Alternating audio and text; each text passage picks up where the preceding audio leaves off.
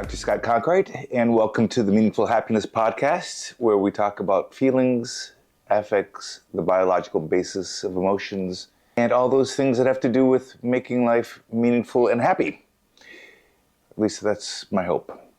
Today I'm returning to the topic of chronic shame syndrome. I brought that up in the last podcast. Again, it is not a real diagnosis. It is an observation on my part with over 30 years of practice and with my work on affect theory, affect relational theory.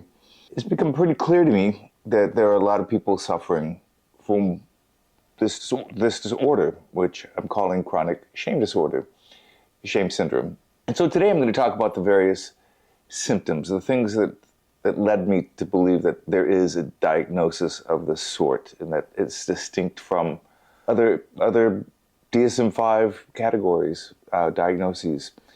So what exactly is it? So first and foremost, it's that pervasive, insistent, persistent sense of being inadequate, not being enough, really spending too much time in your day and being with yourself in which it just doesn't feel good, that no matter how many accomplishments you have, how well you're doing, no matter what awards you get, no matter how you make it in your field, there's always this lingering doubt that you're faking it, you're an imposter, that somebody's going to find you out, that if you don't please everyone, if you don't go out of your way to make everybody happy, people are going to find out who you really are, and they're not going to like it. And so you really have to be on high alert, which makes life really, really tough to live sometimes. Insofar as that you don't have time off. I'm hoping that for those who have chronic shame syndrome, that they do have some time off, that they do have friends, I hope, one or two friends that they can relax with, a loved one, family.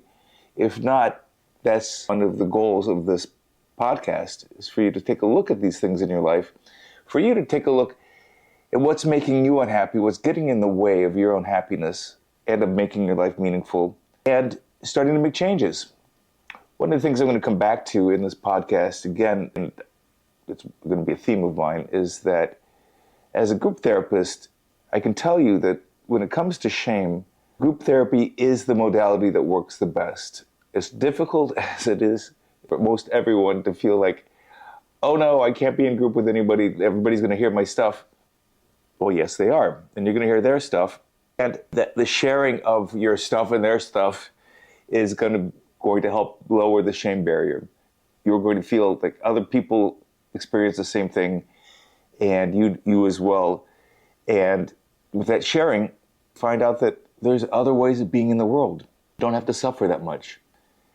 So let me go through some of the symptoms, and I'm sure that you will recognize many of these. Now, you don't have to have all of them. Not every single one of these applies.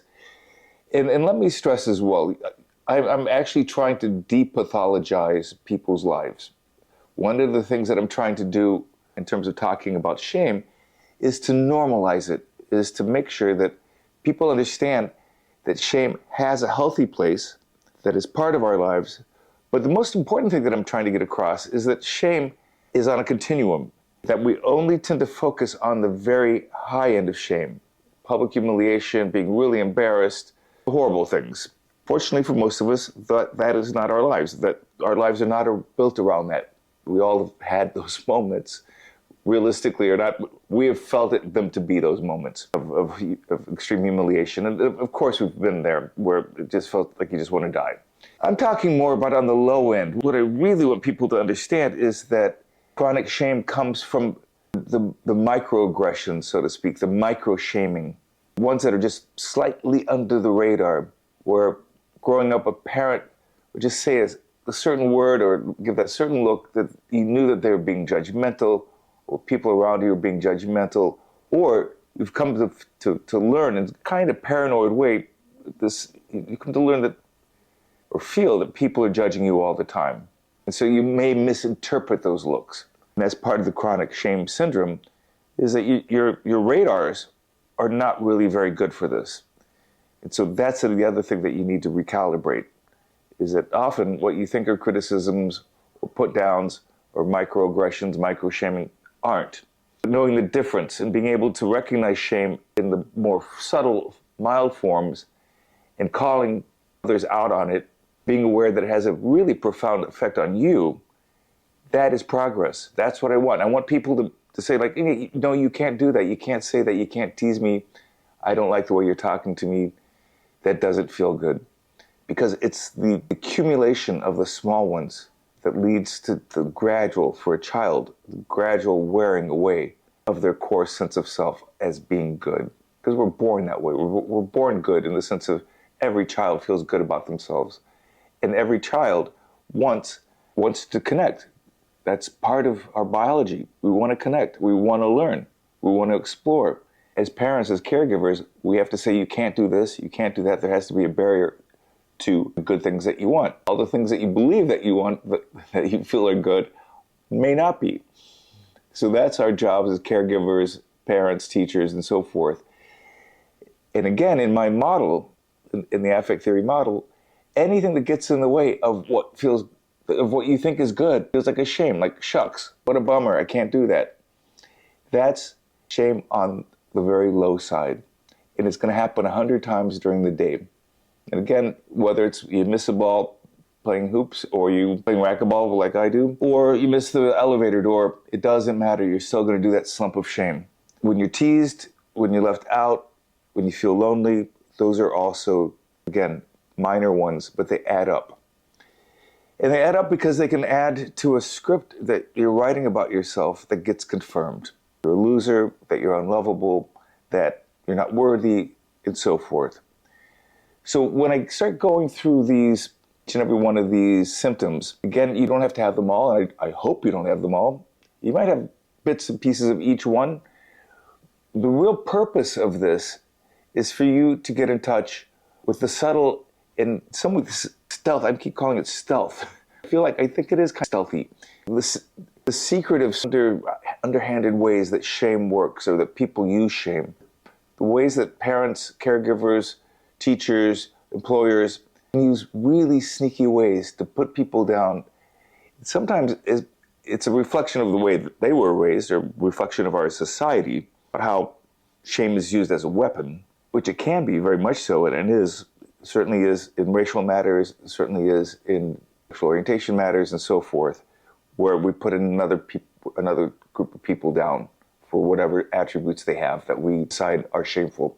For a kid, constant berating of oneself, of one's self-esteem, of one's abilities, of who one is, in terms of just how you look, how you think, how you are in the world, you don't have any control over that. That's the body that you were given, and that's what you've got, and you're doing your best. And for somebody around you, somebody that supposedly loves you, and they may, but they may not know better, but let's say in the best case scenario, they love you, but they don't know any better, to be knocked down all the time, that's chronic shame.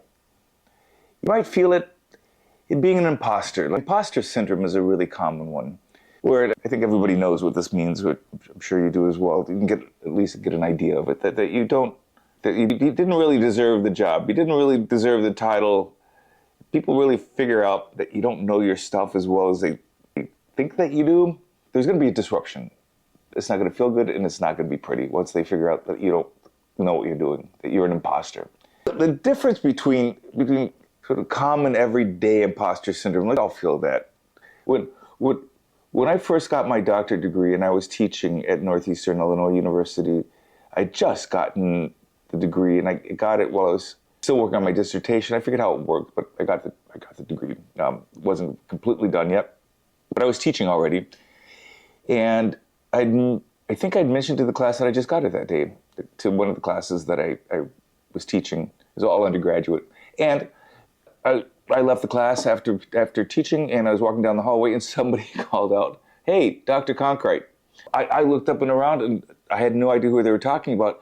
The only person that I'd ever heard called Dr. Conkright was my dad.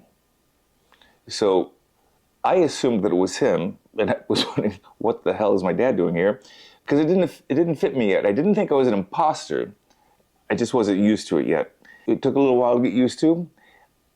And in that sense, I may have felt at that time, and I don't recollect it very well, but I can imagine having a hard time fitting into that title. In that sense, I probably felt like an imposter. That's a normative thing to feel. Like when you're new in a job, new in anything, you're going to feel like an imposter. That goes away over time. And that's a normative process. Everybody experiences that.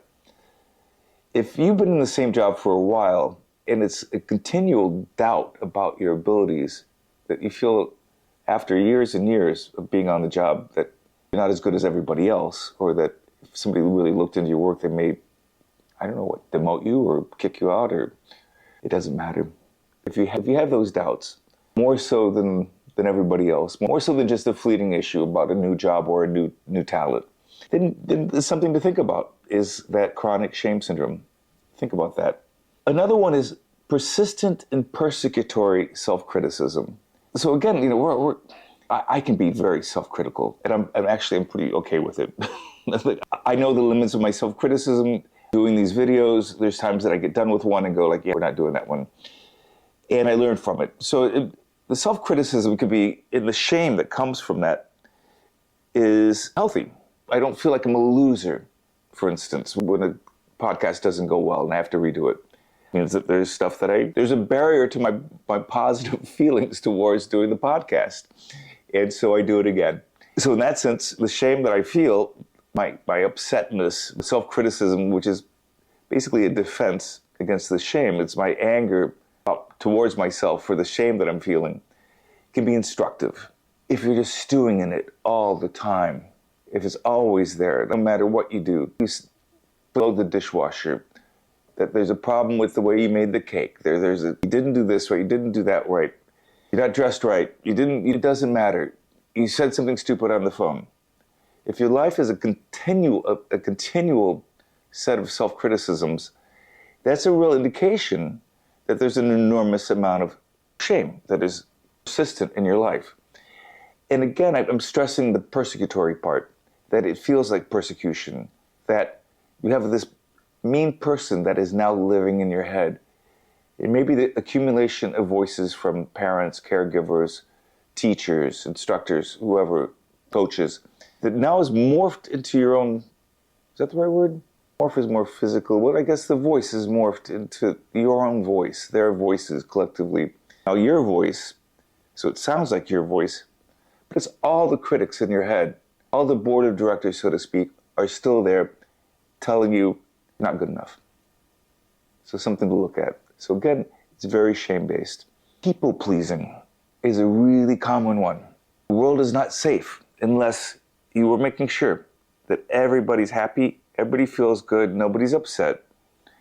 You're used to scanning the room, you're used to figuring out who needs help, and it is so compulsive that the idea that there could be somebody around you that's in distress of some sort means that you've done something wrong, especially if you know you can intervene and do something. If that's you, take a look at that. That's also shame-based. It means that you're not willing to make other people unhappy or to let them suffer in their own way, on their own terms, because that's what they need to do. Like, you had nothing to do with it. You don't need to go in there and fix everything. It's not your job. Now, you may have learned that as a child. That it may have been to your benefit to learn this as a child, to take care of your parents and people around you because it made your world safer. I'm not telling you that what you learned, the way that you adapted to your world is wrong. I'm just saying it may not be working as well right now. So it doesn't feel good. It's an enormous amount of energy to take care of the world around you when you don't need to. And again, it's shame-based in that you feel guilty. You feel guilty that it rained out. It rained outside when you threw a picnic. How can you be in charge of the rain? But you are, apparently. If you're in charge of the rain and you're feeling guilty about it, you might look at this disorder and think it might be in there. You might be dealing with chronic shame syndrome. Perfectionism, it's a good thing, it's a bad thing. It's a good thing insofar as that if you know that you're doing is you're just trying to do things better, if you're not looking at the amount it costs to try to get perfection, then you're not doing good you're not doing good calculus about how you're spending your time and the energy that's involved. Obviously, there's no way to do anything perfect, but that's really not the point. The point is that what you want to do is make sure that people are not seeing your flaws, people are not seeing the mistakes you're making, that people see you at your best, see whatever side you think you're best at, and you want to show that, because the idea of they're seeing anything other than what you feel is your best side feels shameful. So again, from a shame perspective, that's a lot of work.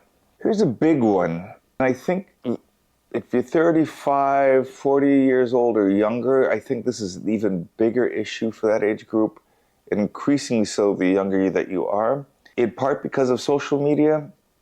I know it's really popular to beat up social media. I think there's certain things about social media that it deserves to be beaten up, so to speak. Around the self-esteem and the self-consciousness stuff, it is not good. And there's a couple generations out there that whose parents did not teach you shame tolerance around social media because they didn't know anything about it.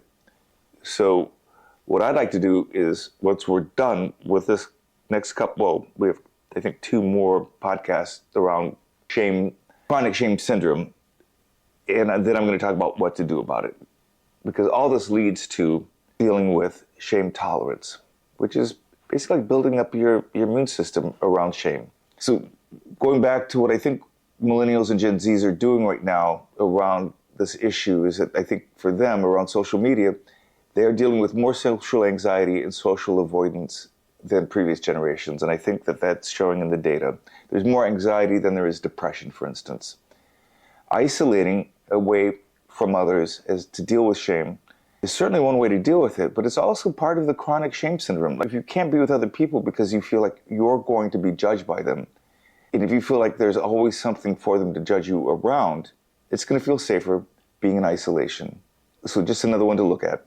And again, it's shame-based. When it comes to intimacy, and I'm gonna end on this one, and next week we will come back with the next podcast. I'm going to talk more in depth about other symptoms, and then also how it differentiates from anxiety and depression. Before I end, after this next set of symptoms, I'm going to talk about healthy versus unhealthy shame very quickly. But intimacy is by definition, requires shame as part of it. Any relationship that you want, especially if it's a love interest or a friendship that you find exciting, exhilarating, and that you really desire, or a group of people or a team, any of those moments of intimacy, by definition, are shame moments because you want them so much. And there's always a chance you can't get it, or that they don't want it, or they're not going to be included. There's no guarantees around that when you're in a relationship with one person, 3 people, a group. You can get expelled, you can get expunged, you can get dumped, you name it. And we've all had it, where what you wanted and what the other person wanted are not the same thing. So from the very beginning, there's the possibility of shame. And again, that has nothing to do with you're doing anything shameful, or that there is anything shameful about you. The shame is simply going to come from a hindrance towards a barrier to what you want, to that connection. So one way to deal with intimacy is in some ways to not do it. Because if you're going to do intimacy, it's going to require that you lower the shame barrier. You're going to have to show parts of yourself and get the affirmation about the parts of yourself that you don't really love that much from that other person, because they're in many ways wanting the same thing from you. So you both have to do that with each other, especially in a loving relationship. So in a loving relationship, you're lowering the shame barrier. And if you're really scared about that, if you're really scared about being seen, if you're suffering from chronic shame syndrome, you're not going to want to do that. It is not going to feel safe to do that. So let me talk about, real quickly here, the difference between healthy shame and chronic shame. So with healthy shame serves as a moral compass, so to speak. And I say so to speak because, yes, it does. Directly and indirectly, when caregivers and parents tell you not to do something, you don't know why they're saying that, for the most part, because intellectually, cognitively, emotionally, you're not old enough to know why you need to go to bed, why you need to take a shower, why you need to brush your teeth, why you can't run out in the middle of the street, why you have to wear clothes, you name it. You just do it. And it can feel very arbitrary. But ultimately, we're learning from those around us what we can and cannot do. That's why we dress a certain way. That's why we make fun of our friends who dress in funny ways sometimes, or make fun of ourselves when we dress in funny ways, because we know that's not what we should be wearing, but I'm going to wear socks with my Birkenstock shoes or sandals because it's cold out and I need to just get the mail. But I don't want to be seen in that dorky way. It's temporary. Healthy shame has to be temporary. And the motivation behind it is that it's encouraging positive change. It's encouraging self-reflection, and it's encouraging personal growth. And you hope that the intensity of the shame is proportionate to whatever it is that needs to be fixed. So you don't want it to be so devastatingly shameful for the person that they're incapacitated to learn from it. And you hope that, that the response is that there's constructive action taken, that the person changes their behavior or they apologize for it or they learn from it and so forth. Now with chronic shame, there really is often no constructive purpose for the chronic shame. And it often stems from past traumas and other long-lasting negative belief sets that one carries around with oneself.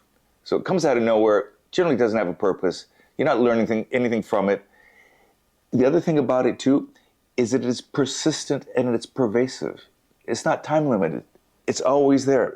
You're walking around with it like a heavy coat. And it inhibits and paralyzes growth. It can feel disproportionately large and overwhelming for what you did or what you thought you did or what the other person thinks you did. And it tends to cover everything that you're doing. And it tends to cause destructive behaviors. So for instance, if you're feeling chronic shame syndrome, there's going to be a small event that you need to go to for work. And you're going to find some sort of way to not go, which is going to cause problems at work. Maybe cause problems with some of your friends there. It's not going to advance your career. But it's also going to reinforce your chronic shame syndrome in that you once again have reinforced you're not being worthy to go out and be with other people. And so you don't get to practice new ways of being with people and find out that you could have a good time and that they're not going to shame you. So another difference between healthy shame and specific chronic shame issues is that healthy shame arises from specific actions. You can locate it. Chronic shame is kind of a persistent way of being in the world. You walk around with it. Eeyore is one of those characters in Winnie the Pooh. That depressive state. They bring it on. Healthy shame is about what you do. Chronic shame, you feel like it's about your being. It's about who you are. And so chronic shame syndrome is more of an identity issue than it is about behaviors, about the things that one is doing. Healthy shame is grounded in reality. Chronic shame syndrome is not grounded in reality. Matter of fact, it distorts reality. The person who's really suffering from long-term chronic shame syndrome doesn't really have good reality testing. I'm not saying that they're psychotic. I'm just saying that they will go into situations, and you might recognize this in yourself, that you go into situations, and in some ways you inadvertently cause what you're trying to avoid. You act timid and shy. You treat it as such. Nobody talks to you. You leave, and it's confirmation that you shouldn't go out and be with people. So in that sense, it distorts reality. So healthy shame is there to help you grow.